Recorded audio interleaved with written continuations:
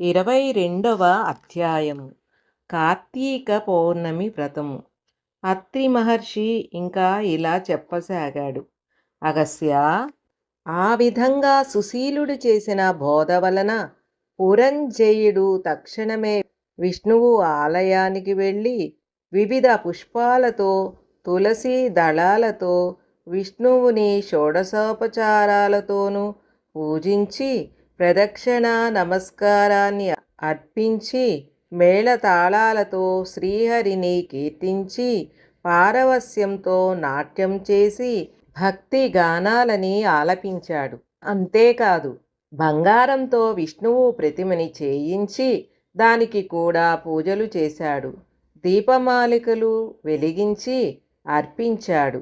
ఆ రాత్రంతా విష్ణు సేవలో నిమగ్నుడై మరుసటి రోజు ఉదయమే సైన్య సమేతుడై యుద్ధరంగానికి బయలుదేరాడు పురంజయుడు. యుద్ధభూమి సమీపిస్తూనే సమరానికి శత్రువులను ఆహ్వానిస్తూ భీషణమైన ధనుష్టాంకారాన్ని చేశాడు.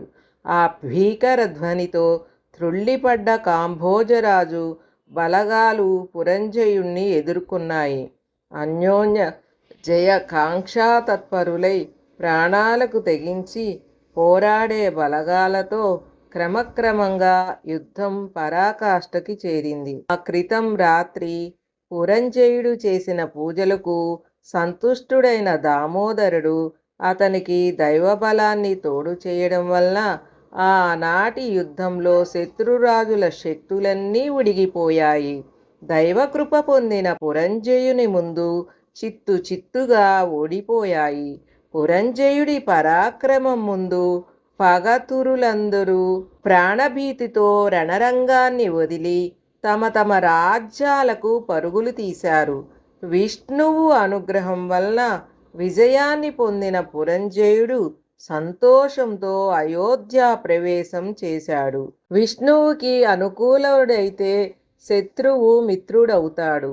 విష్ణువుకి ప్రతికూలుడైతే మిత్రుడే శత్రువు అవుతాడు. కనుక దేనికైనా దైవబలమే ప్రధానము.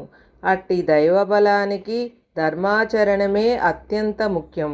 అటువంటి ధర్మాచరణలతో ప్రప్రథమమైన కార్తీక వ్రత ధర్మానుష్ఠానంతో ఎవరైతే శ్రీహరిని సేవిస్తారో అట్టివారు సమస్త దుఃఖాలు క్షణంలో శమిసిపోతాయి.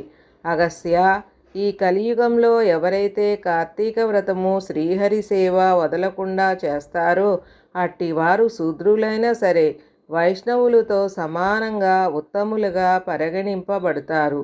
వేద పండితులైన బ్రాహ్మణులైనటువంటి ఈ శ్రీహరి సేవ కార్తీక వ్రతం చేయని వాళ్ళందరూ కర్మ చండాలు లేనని గుర్తించు. అగస్య, స్వతంత్రుడు గాని పరతంత్రుడు గాని శ్రీహరి పట్ల భక్తితో ఉంటే ముక్తి లభిస్తుంది. భక్తులకు ఇహపరాలు రెండింటినీ అనుగ్రహించి రక్షించగలిగిన ఏకైక దైవం మా నారాయణుడే. విశ్వమంతా నిండి ఉన్న విష్ణువునందు భక్తి ప్రపత్తులున్న వారికి మాత్రమే కార్తీక వ్రతం చేసుకునే అవకాశం చేజిక్కుతుంది. కనుక వేద సమ్మతము, సకల శాస్త్రసారము, గోప్యము, ఉత్తమమైన కార్తీక వ్రతాన్ని ఎవరైతే ఆచరిస్తారో, కనీసం కార్తీక మహాత్యాన్ని మనస్ఫూర్తిగా వింటారో అట్టి జీవులు పాపరహితులై అంతిమ దశలో వైకుంఠం చేరుకుంటారు.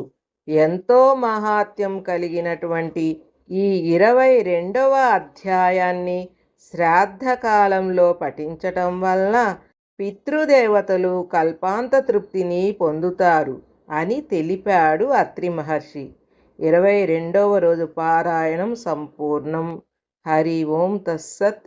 ఫ్రెండ్స్, మన భక్తి మోటివేషనల్ ఛానల్లో రామాయణం, మహాభారతం, భగవద్గీత గురించి ఇంకా మనకు తెలియని ఎన్నో పురాణ కథలు మరియు ఆసక్తికరమైన విషయాలను తెలుసుకోవడానికి భక్తి మోటివేషన్ ఛానల్ని సబ్స్క్రైబ్ చేసుకొని షేర్ చేయండి మరియు లైక్ చేయండి. Thanks for watching.